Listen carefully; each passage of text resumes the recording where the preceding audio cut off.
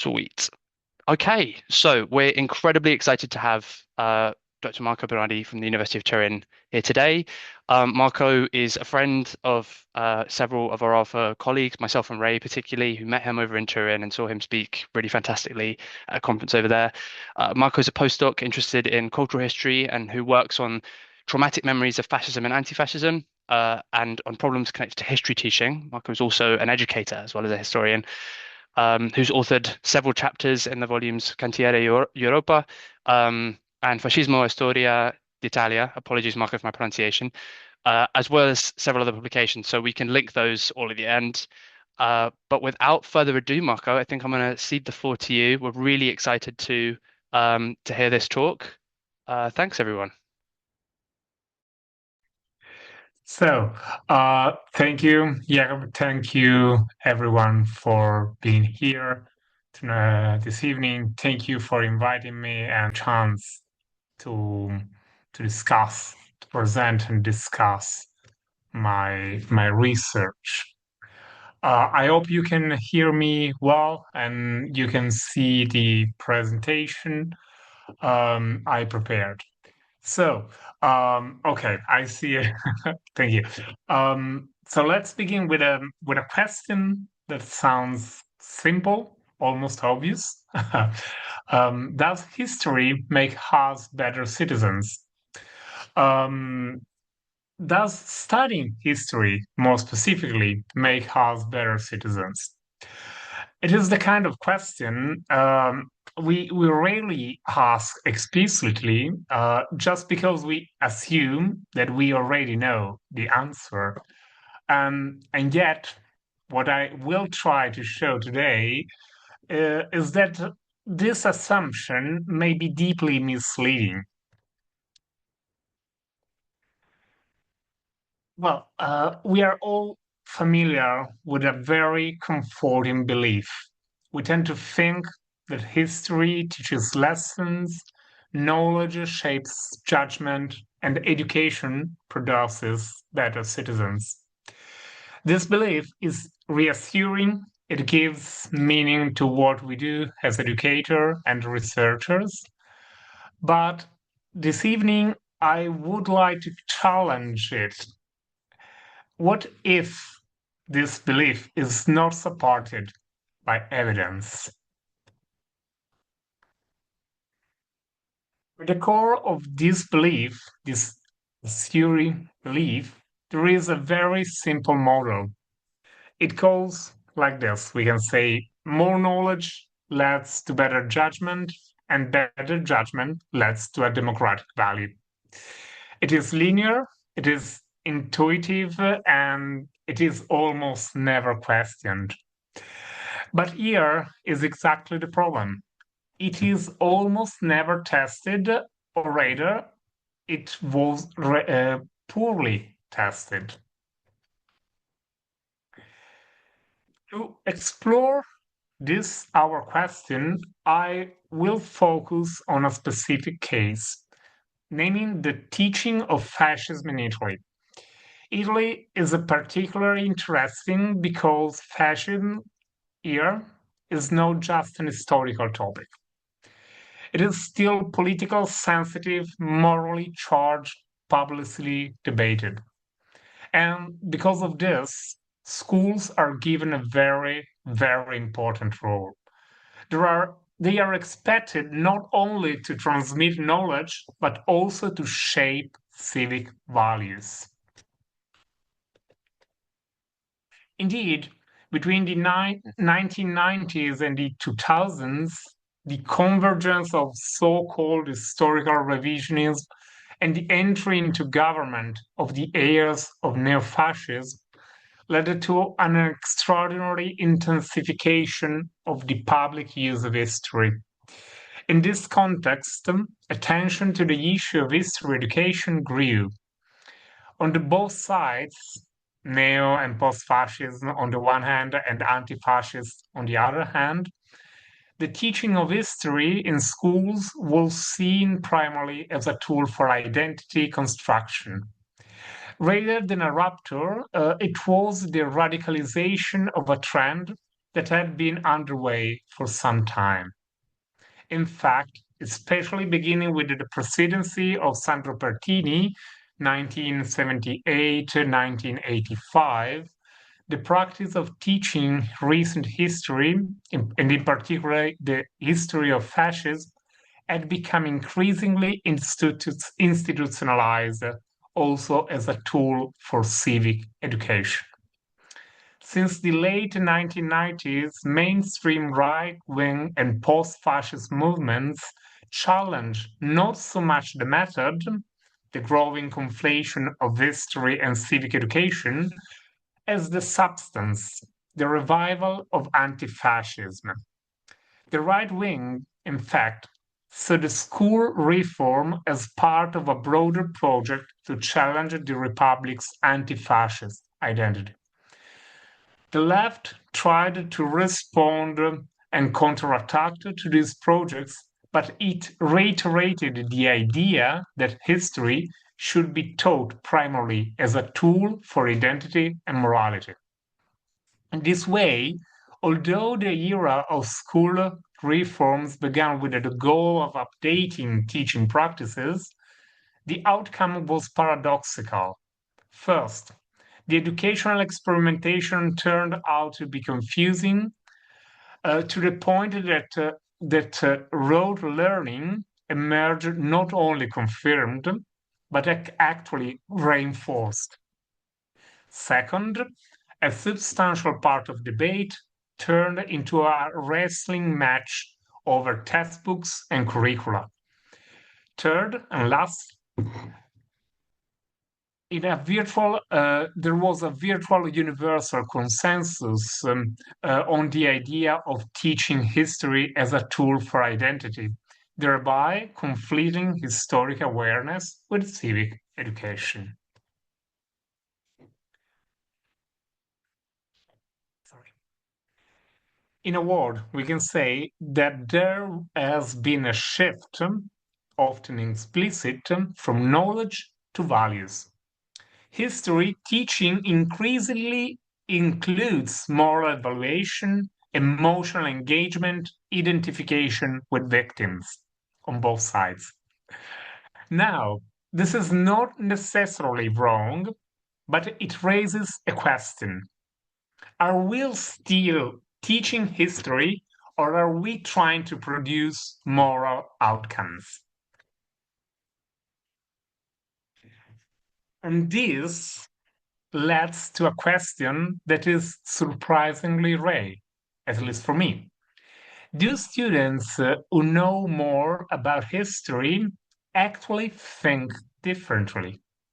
Do they evaluate the past in a more critical way? Or are knowledge and judgment more independent than we assume?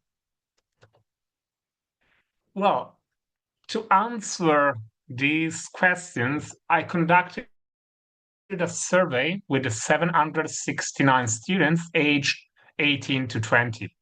The survey consisted of 53 multiple choice questions divided into 6 sections, as you can see in the slide. The goal was to explore 4 distinct topics. First, opinions on the value of history as a field of study and as a tool for promoting civic awareness among future citizens. Second, knowledge of the fundamental elements of the fascist period. 3, personal opinions on the fascist period a personal opinion on the fascist period in Italian history and its value as a current ideology for contemporary world. 4, and last, personal opinion on the conduct of the Italian soldiers in the colonies and occupied territories during World War II, particularly regarding the myth of the Italians as honest or good people, the so-called Italians good people myth. This evening, I do focus on the section concerning the knowledge on historical fascism and the one on the opinion on Italian fascism. The key point of this work is methodological. I did not start from a theory to confirm, but I started from the data. In a word, this is a data-driven approach, and that mattered a lot because it allowed unexpected results to emerge. So, let's begin with the knowledge. What do students know about Italian fascism? Well, students do know things. They can recall dates, names, key events. But when we move beyond that, this raw, very raw knowledge, something changes. They struggle with causalities, connection, and historical reasoning. What emerges in a word is a pattern of fragmented knowledge. Students have pieces of information, but they do not always connect them. They know isolated facts, but they do not how those facts related to each other.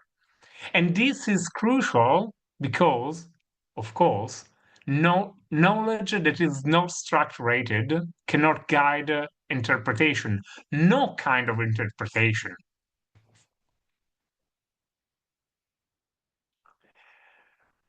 Very fast, let's move to the opinions.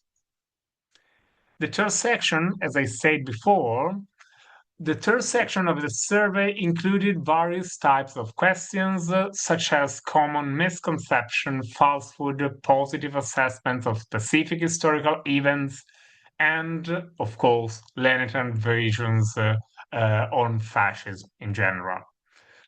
Most of them were taken from the so-called revisionist narratives concerning Italian fascism, very widespread from the late 1990s till now.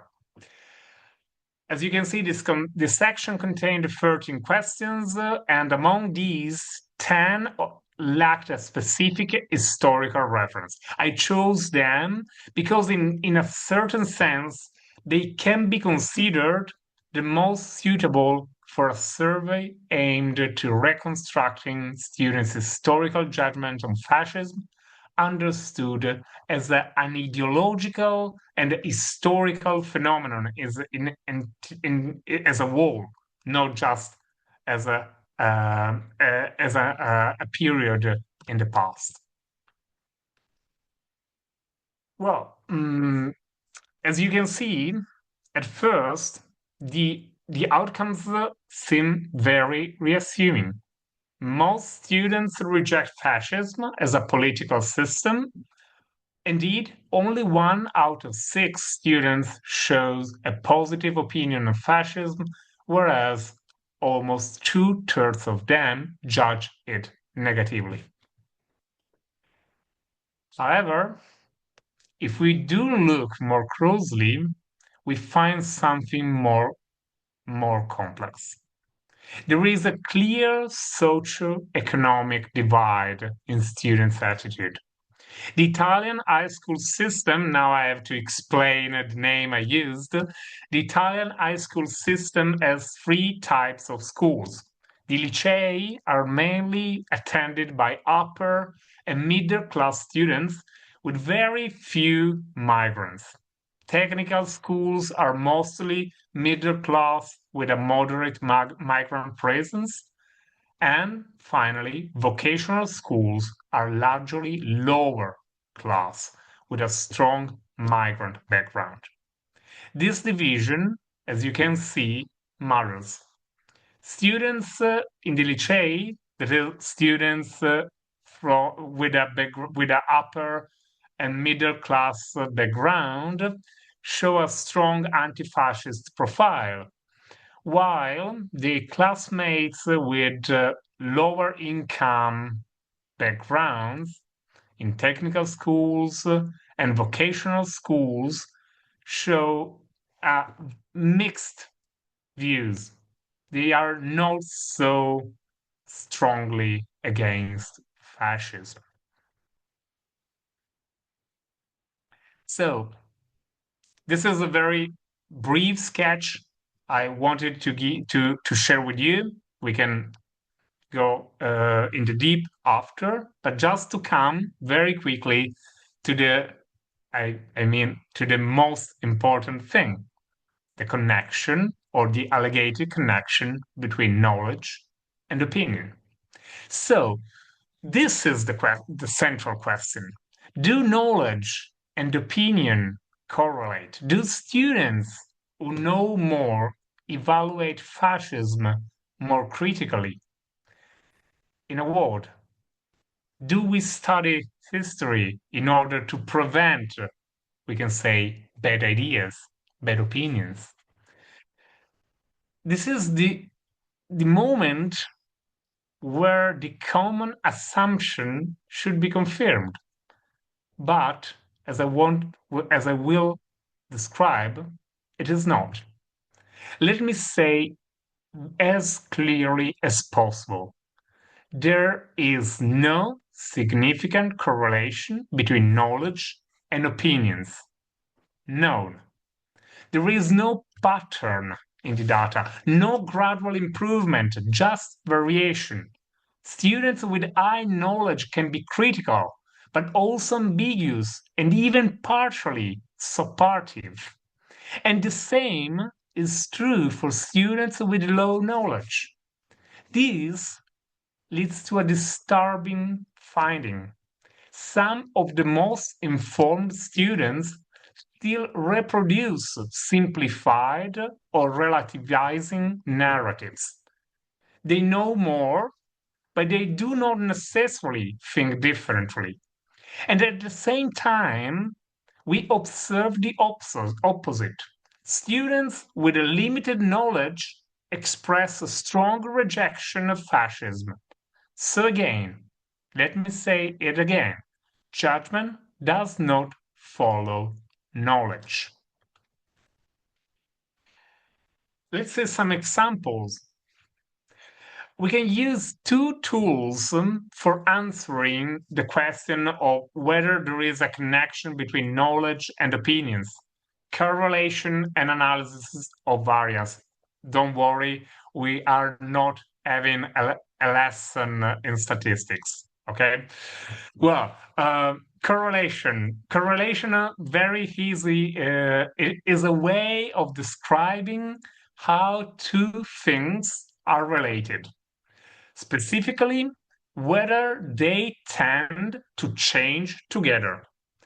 If two things, two variables, we should say, if two things increase or decrease together, they have a positive correlation. Correlation does not mean causal effect. It's something very close, very similar, but it is not cause and effect. It's a connection. Therefore, if one thing, we can say thing, not variable, is better. If one thing increases while the other decreases, they have a negative correlation. If the both increase together, they have positive correlation, and if there is no consistent pattern, there is no correlation. There is a number. The number is 1. Therefore, the farther the values is from 0, whether positive or negative, the stronger the connection between the two variables. Overall, as you can see, so 1 is the maximum of correlation. So overall, as you can see, no correlation, no strong correlation is found between knowledge and political profile. This is a consistent finding across the entire sample and emerges particularly clearly when analyzing the school types individually. Even when looking in detail at how different ideological profiles answer the knowledge questions, the picture remains the same. There is no correlation between knowledge and political opinion. This picture suggests the need for further investigation to determine whether specific pairs of questions exhibit a strong correlation. Two particularly strong findings emerge from this type of analysis. First, historical knowledge does not explain anti-fascism. Anti-fascism comes out from something different. Second, the relationship between knowledge and opinion is complex and fragmented, but in general, it depends more on socio-economic context than on the degree of knowledge.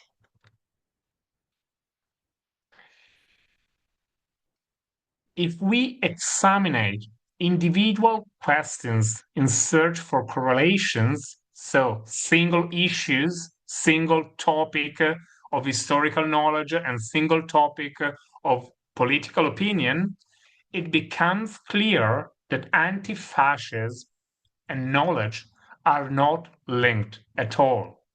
Among anti-fascist students, no school shows pair of questions with a correlation level of at least plus minus 0.5. That is the minimum to say that there is a correlation, statistically speaking.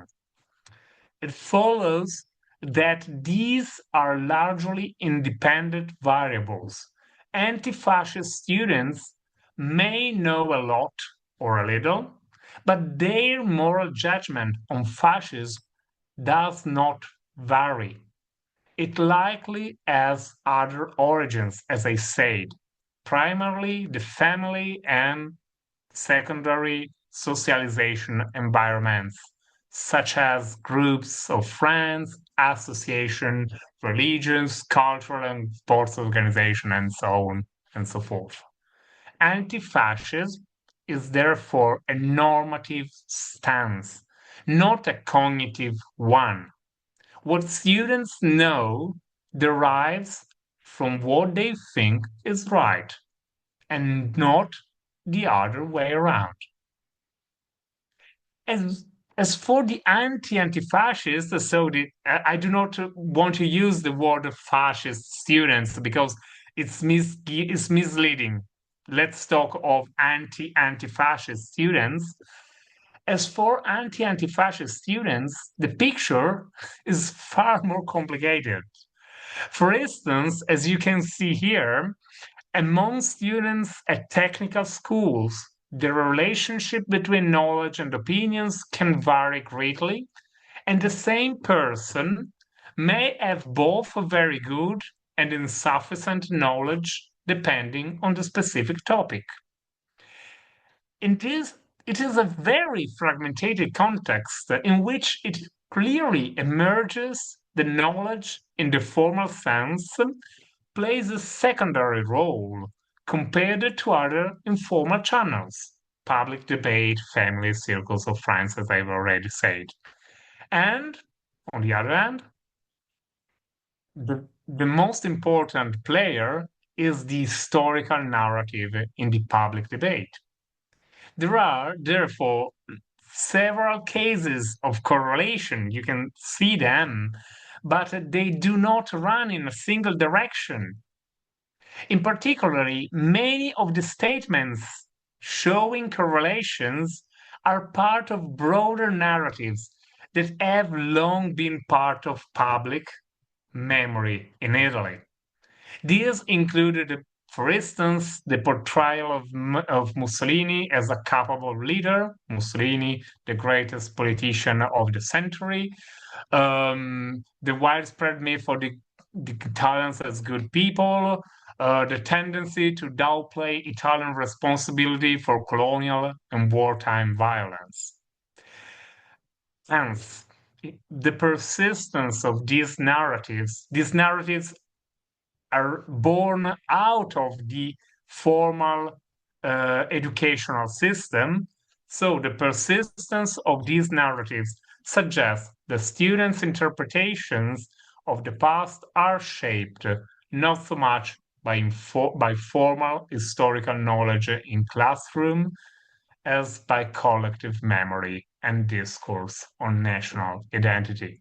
In a word, television, Twitter, social network are much, much more important than the lessons, the formal lessons in classroom. The second tool to inquire into the connection between knowledge and opinion is the analysis of variance, the so-called ANOVA test. Once more, no statistical lesson, don't worry. The ANOVA test, the analysis of variance, compares the percentages of correct answers across different profiles. Therefore, it is useful to check whether the differences we see between several groups are real or just due to random chance. Let's think of it just like judging whether different classrooms perform different on a test. Well, ANOVA helps us to decide if one class really performed better or if the differences could just be random, just random among students. So, what does the analysis of variance show? Well, anti-fascist students show the highest proportion of failing grades, 32%. By contrast, anti-fascist students show the highest proportion of passing grades, 42%. At first glance, this might suggest the opposite I'm telling since the very beginning. At first glance, this might suggest a clear relationship between historical knowledge and moral judgment. However, when we look more closely, the picture becomes less straightforward. If we consider students who achieve at least a passing grade, anti-fascist and politically indifferent students are very similar, 52% and 60%, 58%, sorry, and 60% respectively. These percentages are lower than those observed among anti-fascist students, which reach 8%. But even so, the difference is not so large as it might seem, because in all groups, at least 6 out of 10 students obtain a passing grade. In a word, students with a good or bad opinion or no opinion at all concerning fascism do perform very similarly. A second point concerns the failing grade. Here again, anti-fascist, anti-fascist, and politically indifferent students display very similar results, 32% and 39%. Taken together, so the passing and the failing grades, taken together, these findings suggest a more nuanced conclusion. While anti-fascist students appear, on average, somewhat better prepared, being anti-fascist does not necessarily imply a lower level of preparation.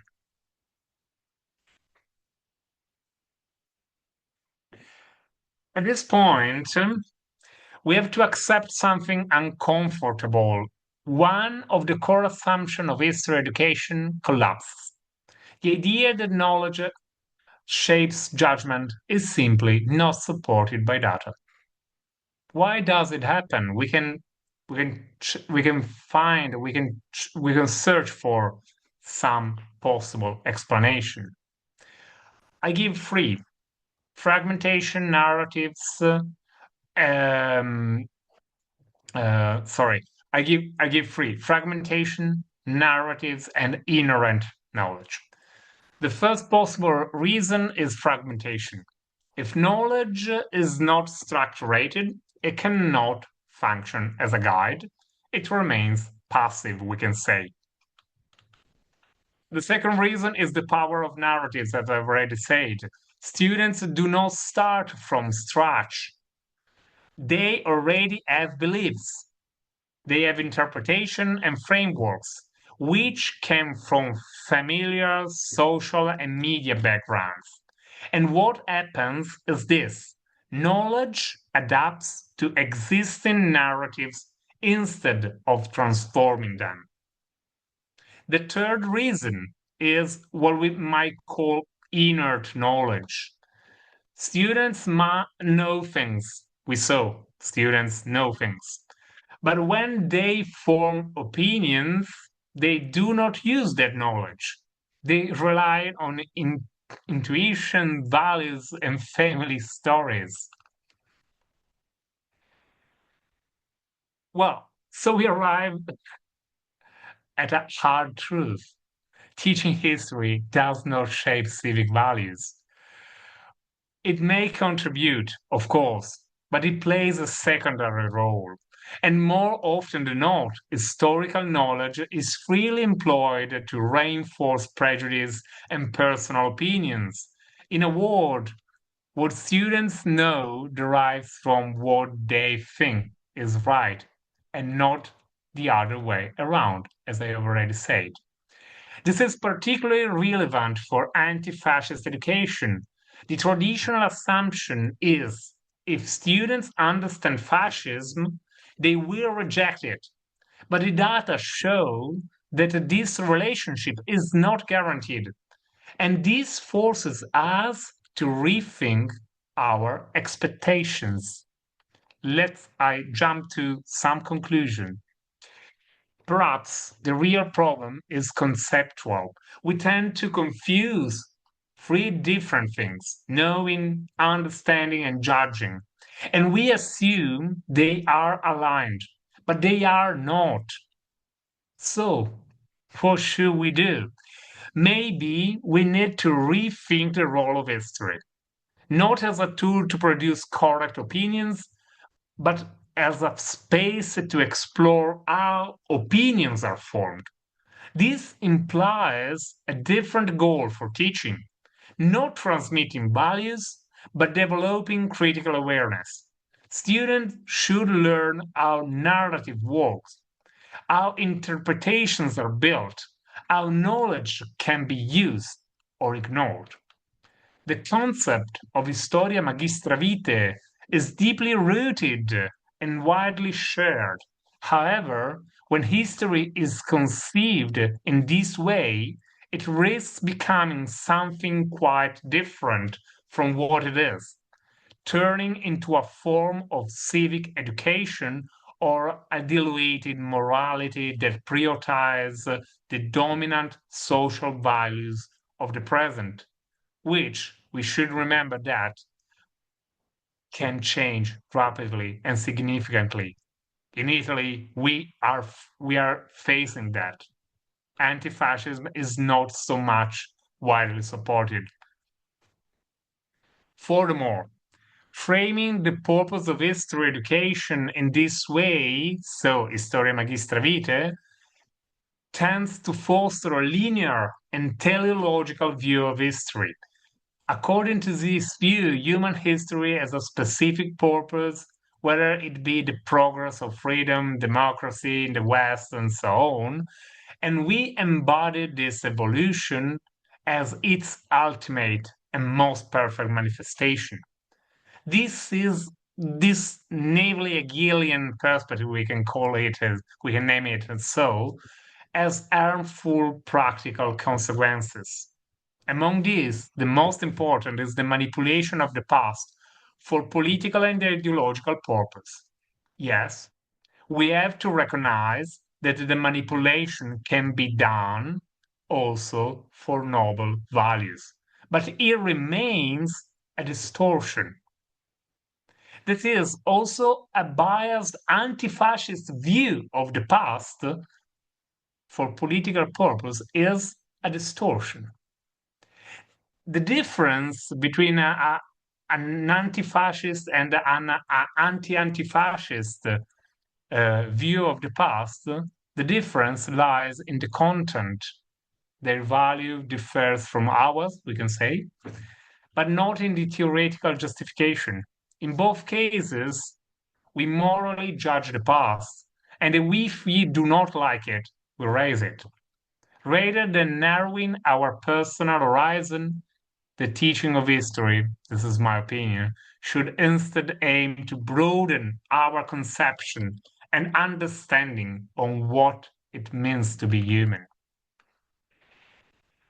Expecting history to teach values, therefore, not only risk being ineffective or counterproductive, but also fails to recognize its fundamental contribution to the formation of democratic and aware citizens.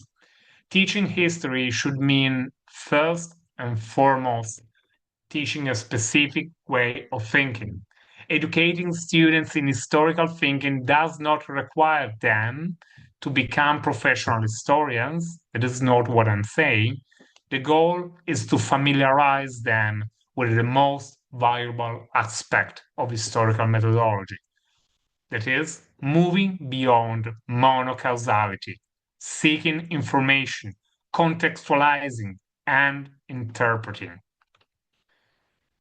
Traditionally, it is believed that students should first be proved with a single, linear, simple interpretation to avoid confusion, with elements of reflection and analysis added only on a later stage, if at all.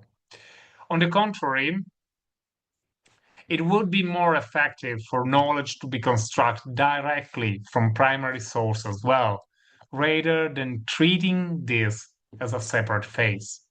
The goal, therefore, is to cultivate a so-called adaptive competence. That is, the ability to derive coherent interpretations from fragmentary sources, conflicting information, and diverse interpretations. Traditional teaching, particularly through textbooks, especially in Italy, presents the reconstruction of the past as a linear path leading to simple interpretation from which moral judgment can then be derived. A more effective approach, also for promoting civic and ethical awareness, would be to show students that historical knowledge emerges from a complex process full of dead hands, conflict interpretations, and reconstructions in which, however, and despite, abound. In this sense, historical knowledge challenges the classical notion of knowledge, adequatio rete et intellectus, proposed by Thomas Aquinas. It does not consist of an exact and complete account, nor of an accumulation of details, but rather in the habit of reasoning with knowledge and asking critical questions. Without this approach, knowledge risks being used only to confirm pre-existing prejudices. So, I do conclude very briefly. The idea of using history as the foundation of civic education is central in Bloom's pedagogy, which outlines a progressive path aimed at developing the ability to think independently. We know all these stages: knowledge, comprehension, application, analysis, synthesis, and critical evaluation. The problem with Bloom's taxonomy is that it does not entirely apply to history. For Bloom, knowledge is the foundation for moving on to something else. For history, however, knowledge is the foundation for moving on to something else, yes, but also for returning to knowledge. That is, for producing new knowledge. since historical knowledge must above all raise questions. Much of history teaching that aims to go beyond rote memorization is based on Bloom's taxonomy, especially in Italy, but it does not work, as we have already seen. The most common goal of history teaching in this sense is to develop critical thinking skills, the ability to use what has been studied to argue personal opinions. Although this goal is valuable, I'm not speaking against this goal. This goal is valuable, of course. However, it is not the only and not necessarily the best way to approach history teaching. Studying history does not simply mean gathering information to support a specific thesis. You can do it just also if you want to support your prejudices. Studying history means learning to use knowledge to generate new questions, thereby producing new insights and challenging both personal and collective biases. Consequently, the teaching of history must provide students with the tools to learn how to search for sources, deconstruct information through contextualization, comparison, and attribution decoding beyond explicit message, becoming aware of the existence of others and one's own perspective and biases that distort the reading, selection, and description of reality. History can for sure contribute to civic education, but not by offering moral judgment, whether explicit or implicit. On the contrary, it does so providing us with an indispensable framework for understanding complexity. Sorry, oh, I was in the wrong. I'm to conclude. Let me end with a provocation. What if history does not teach values but reveals how fragile they are? And perhaps this is where its real power lies. Not in telling us what to think, but in showing us how thinking works. Thank you very much for your attention.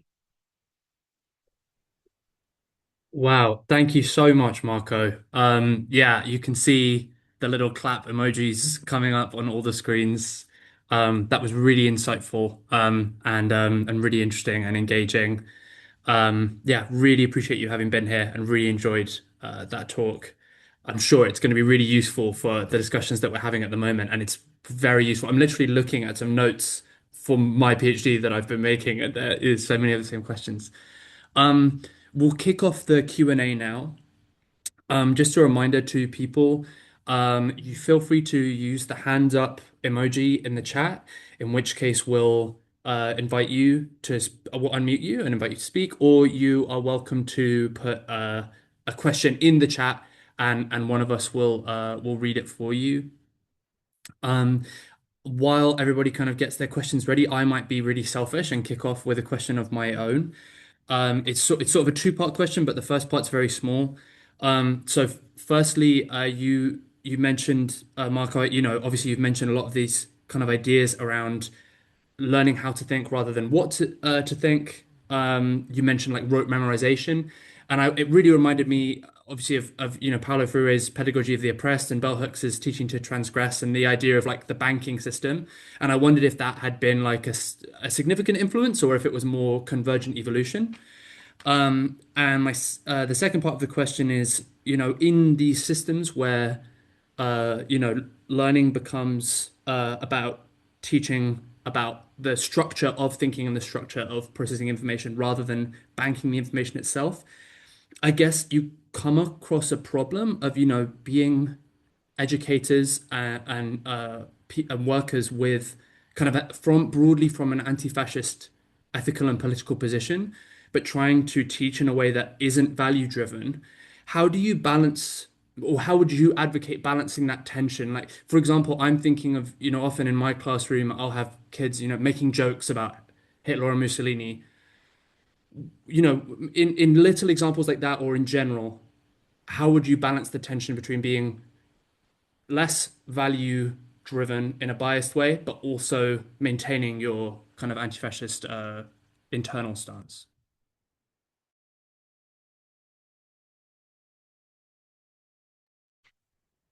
Question, how do we work? Do we collect questions or do we reply to single issues? I don't know. We usually I go don't know how one does by it work. one. Yeah, one by Okay, one one by usually. one. Yeah. So, I do thank you for your attention, not only you, Jacopo, but you all. And thank you for your questions. Especially the second one is is very thrilling. Well, very briefly, I try to give some not probably an answer, but an impression. The biggest problem, and I try to answer both together. The biggest problem is indeed that we have much theory, uh, but theory is not always very useful in practice. I'm not saying that we can do without theory and theoretical analysis, pedagogical ideas, and so on. I'm saying that we should try to accept that our knowledge, just as every knowledge, our teaching knowledge, our teaching competence is a path that can evolve through the use of um, and the very action of teaching. But the very point is, therefore, we need mm, a connection between the theoreticians, so the people in the tower, and people outside of the tower. Of course, it's it's straightforward, it's obvious, but the problem is that most of research in this moment are trying to do that, but they do lack the last part. They do not come back to the field world. So the point is, we do not lack empirical experiment. We have plenty of, but we do not have the second part. So we should work in most cases just the biologist, the physician do. So I have an experiment, I do the experiment, and then I go back to the classroom. I do speak once more with my teachers. For instance, I did this survey. I had some ideas how to improve the teaching, and now in these months I'm trying to do it, just to prove, okay, I saw something, I have data, okay, this is my new theory, okay, just let's prove it immediately. And when we prove it, very briefly, the second part of the question, the we have to admit that we have bias. And the best way, it's not a solution at all, but probably the best way is what Mark Bloch wrote in his last book, The Apology of History. We should simply admit that we have bias. We should admit with our students and with our own ourselves that we have bias, and we we can be also very very transparent. We can say to students, from now on, I'm not more teaching content. I am giving you my interpretation, my moral judgment of the past, or I'm trying to to put the past in the present, but to do it explicitly, not just because the students do not understand that we are doing that. Students are not so stupid as we think. They normally understand that we are going beyond the content. But the point is, we are teaching exactly that. We are teaching to students that the same should be done by them. I do admit I have bias. This is my lesson. Try to admit, try to find your own bias. I don't know what it is. Okay.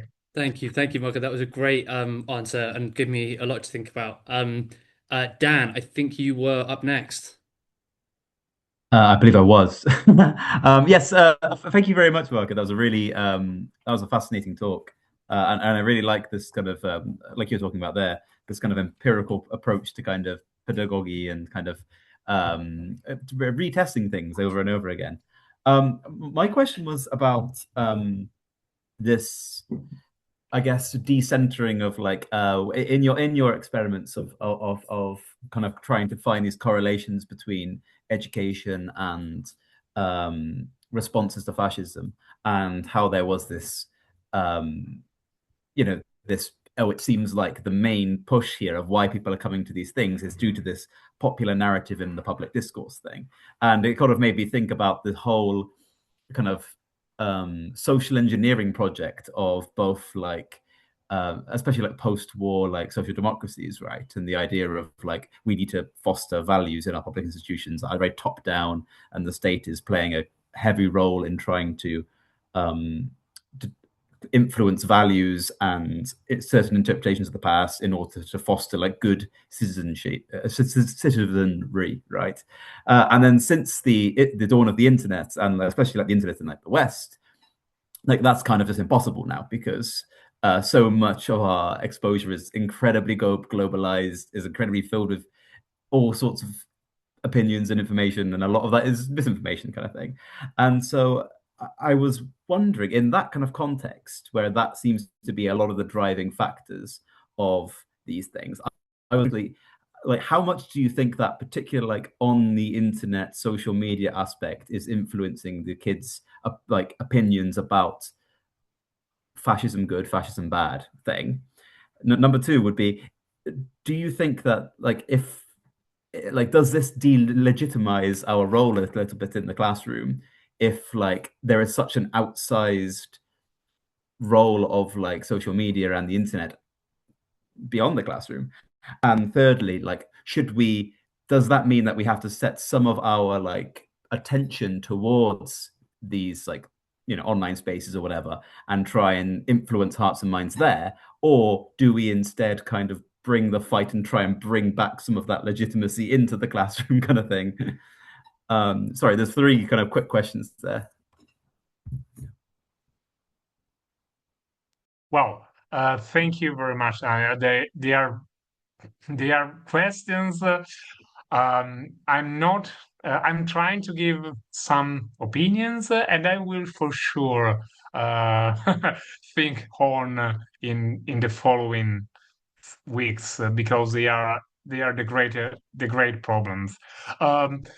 Well, very briefly, the first one, internet and social, the internet and the social networks are absolutely changing our world. This is trivial, but they are changing the very way. This is probably the most important point. They are changing the very way in which people, especially young people, think and look for information. They have different ways of analyzing, of understanding. They are not these so-called digital natives. That was something that we have. So we have a lot of evidence that there was no such a we can say objective difference in between our brains and theirs. But the point is, not, even though our brains are still the same, the input we do receive in the period during which we are developing our attitude toward knowledge are extremely different. And that means that we, as educator, has to cope with, and not just to say, okay, they are stupid, they cannot understand. Oh, they cannot read a book, they just read TikTok, they just look at TikTok. Therefore, I cannot teach in this way. The challenge is trying to understand how to use this way of reasoning, not exactly these tools, but this way of reasoning, and to intercept that. Okay, they are used to more visual understanding. Let's try to change with our own content. And therefore, the last point, we should use that not in a mimic way. For, I don't know, in the UK, but in Italy there are plenty of teachers who are becoming YouTubers. That's simply stupid. And they say, oh, I'm doing that in order to make easier for my students to study physics, for instance. In this very moment, the most famous teacher YouTuber is a physician, is a teacher of physics. And the point is, they are just using mimic. They're using tools in a naive way. No, we should, as educator, especially educators in history, we should teach that these tools have their own logic. The most important insight, the most important thing we can give to our students is not becoming YouTuber, but is explaining how these tools could be controlled and used, not used by, especially for searching information. For instance, in a nutshell, as a teacher, I use very often Wikipedia, and I try to explain to students how the narrative in Wikipedia are written. So let's see what there is behind Wikipedia. Just to say, for instance, that what you read is not the truth, but is the outcome of a struggle between people, and the winner is not the better, but normally the one who has much more spare free time in order to write the last version. It's a very stupid advice, I know, but the point is that teaching how to use and how to understand tools, not just using them. Using is not a problem. We can use Wikipedia, YouTube, whatever we want, but just explain how does it work. Even though we are not engineering and we do not understand the mysteries of the algorithm. So, Okay, great. Thank you Thank you. very much. Oh, sorry, Danny. Ray, I'm gonna unmute you. Go ahead. Thank you, Marco. Dan did steal my question, so there we go. But thank you for the really great response to, again, how to engage if it's not things that we learn in school and it's not teaching history in those ways that can influence people's understandings of things like anti-fascism or anti-fascism and things like that. And it's coming from the algorithm or from social media and families and things like that. So excellent response to the question I didn't get to ask. But thank you so much. I did have a second kind of quasi follow-up question based on my own research and the stuff I've been working on recently. And with the idea of narratives and different narratives tell different stories on, this is a really nitpicky question, and I apologize. But on your graphs and in your surveys, you had the groupings included not political. And I'm writing currently a lot about people who claim to be not political and the kind of narratives that come from that or hide inside of that. So I was just curious if you had any words on that, or kind of how, when it comes to teaching history as well, or the way we talk and think about history, as you said, as this thing that does get quite moralizing and is oftentimes very value ridden. What does this notion of not being political or apoliticality, either on the side of educators or on the side of students, how do you think that plays into this at all? Thank you, Ryan. I can say I have no answer as in the in the previous case, but I have some experience I want to share with you. The point is, of course, the biggest problem is that uh, uh, we have an idea of we have an idea of what being an educator means, not only as an educator in himself, but as a person who is in charge of young people who will be citizens in the very, in my case, very close futures. Therefore, we want to do something. We want to give something more than just giving content. We are not content giver. We are educators. Educators means that we cannot split the person, and on the one side there is the teacher, and the other side there is the citizen with his own her own opinions and own wishes for the society. That's the point. We are speaking and we are acting in the present, but we are in our mind the future, the close future, and the far future. Therefore, the biggest problem is that we simply cannot. We simply cannot, or rather, I could not. I could not. I was not able to find a way to teach history in a non-political way, just because history is politics.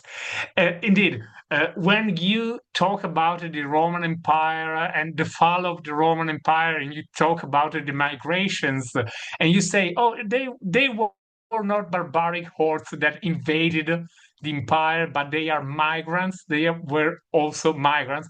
Well, you are doing politics, even though maybe you are not saying it explicitly. The point is just to the most important political teaching through history is just saying, people, everything we are doing is talking about the present. We are talking always about the present. The point is, let's try to do it consciously. Of course, we use history for something that we want for now, but we have the duty to learn to teach that this kind of teaching is not per se, is something that has rules. Okay, you can use history, but you should be conscious that you are doing something intellectually correct or intellectually wrong. I mean, in the same way, and I close, in the same way in which we try to teach physics, maths, or biology as a knowledge that you can use by your own with its rules, we should try to teach that we can use, of course, history for our own goals, but also history as rules. It's not just a matter of the narrative, the best narrative you like, as something told in some postmodern historians said in the past. So let's try to. Okay, you want to use history for your purpose. You can do it, but you have to know that history has rules. And when we discuss about history, we discuss respecting rules. That's the point. And when you learn how to respect rules, you learn maybe also to admit that you are going beyond the data. Okay, the data say I have to stop here. This is my opinion after the data. I I know it's not an answer, and I do beg I do beg pardon to all of you because I know I did not answer to any of your questions, but I tried to give something from my personal experience.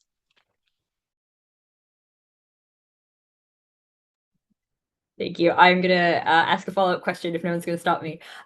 With that as well, one of my things I'm interested on in that is, and I think why one of the reasons it's really critical to kind of do this, as you're saying, where you get to a point, you're like, hey guys, from here on out, this is my opinion, this is what I think it is, my interpretation.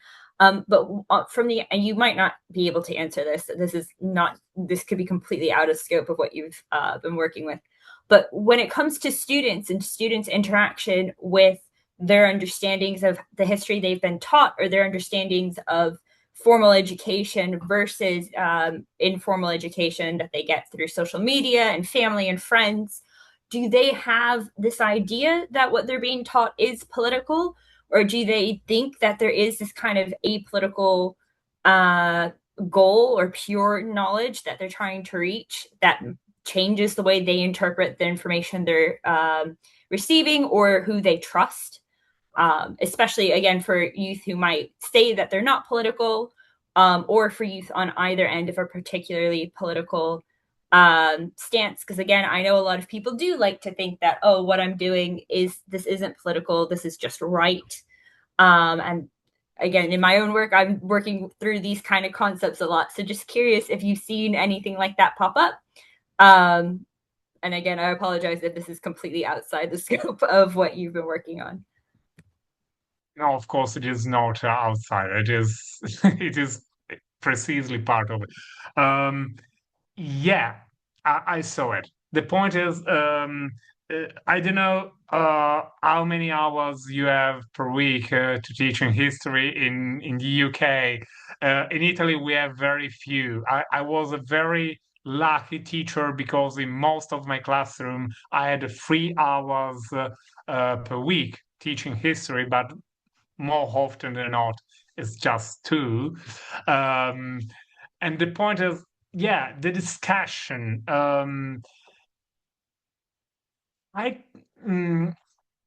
just because I had not enough time, I have to admit that the discussion and the properly speaking historical work was not the rule.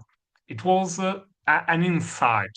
So we do normal lessons. We try to not to just to learn by heart, but we do normal lessons, and we decide that twice, 3 times per period we have discussions and we work on sources and we try to go behind the content and let's try together to look whether we are doing politics. So, but in this case, for me, it was clear. So just because we said it, we say, okay, now we are doing something different. We are doing something that is an insight. We are discussing, and we say that explicitly. We are trying to go behind the past and speak of the present. That was the goal. That was the main goal we had. I was very lucky because in all my classes did accept this method and did actually partake it. They joined and they gave contribution, not just because that was probably very interesting, but just because that was absolutely different. They were used to just listen, not to speak, and for them was an exciting experience. And therefore they say, yeah, I want to say my opinion. And then my role in a Dewey, as Dewey say, my role was to try to narrow the personal opinion and to link the personal opinion with content and, as I said, the rules of history teaching and history investigating. Great. Thank you so much, Marco. I want one more question from my colleague Sid, who's just here next to me. Hey, loved your presentation. Thank you very much. It was very interesting and it kind of overlaps with, I think, a lot of what is happening in India.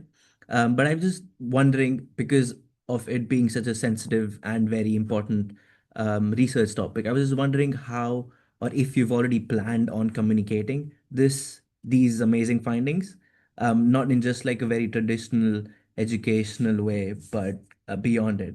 And if you have already how was it received, knowing that there's lots of bias, not just from the receiver, but also from the person who is actually talking about it, and giving all of these different groups that you talked about. I was just wondering how you would go ahead with that.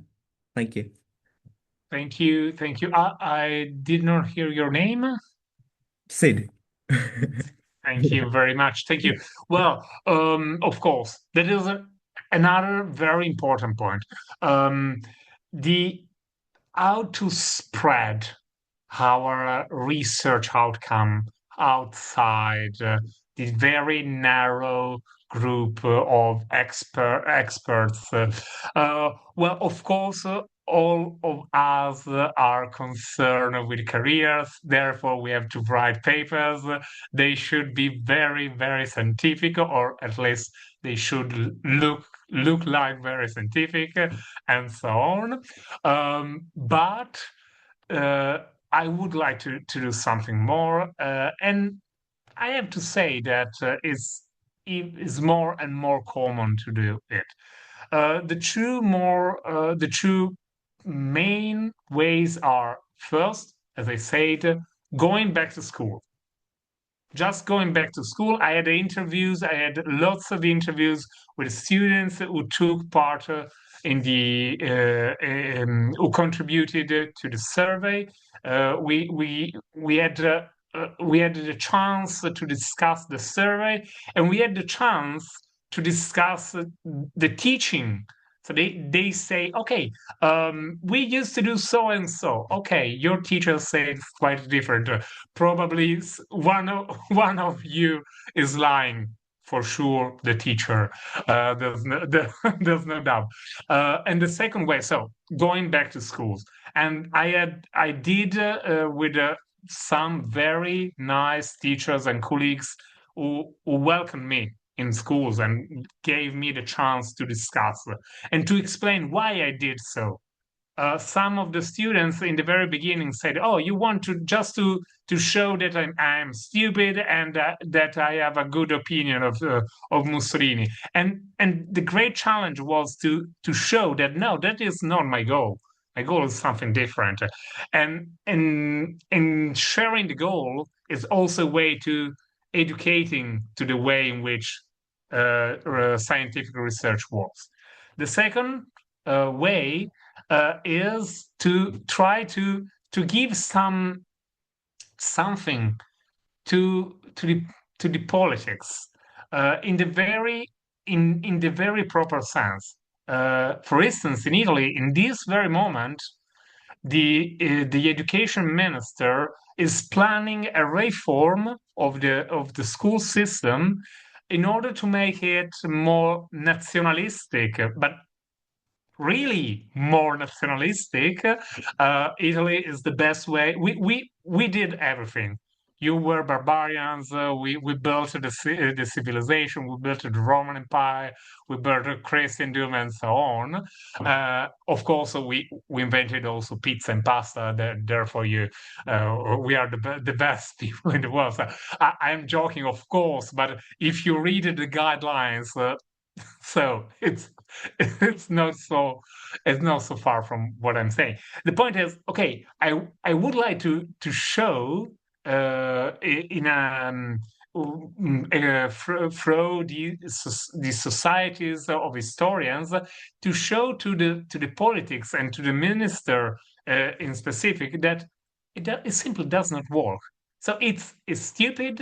It's immoral in my personal view. But please do not eat it. It simply does not work. If you want to change our minds, you should do something different. Of course, I do not want to help my education minister, who is we can say who is an ugly fascist, to change my school. Of course, I don't want to give him helps, but I want to try to convince people outside academia that we what we do everywhere in the social, in politics, and so on is has a great impact, and school cannot do everything. We have not simply the strength to do it. Thank you Yeah. thank you. Oh, sorry. Yeah, no, Yeah. Thank you so much, Marco. Yeah, I think that's a yeah, well, unless anyone has any further questions, that might be a really nice note to end it on. I'll just give a second to see if any hands go up. Um, okay, well, thank you so much, Marco, for your patience with our questions, for your really fantastic presentation. That yeah, I think you can get from the feedback. Is that's clapping? Okay, cool. There's some clapping Yeah, thank happening. you. Um, uh, that's gonna yeah give us all a lot to think about, as I think you can tell from all our comments. Yeah, you can find out if in order to look more into your work, Marco, where should people look if they're interested to learn more?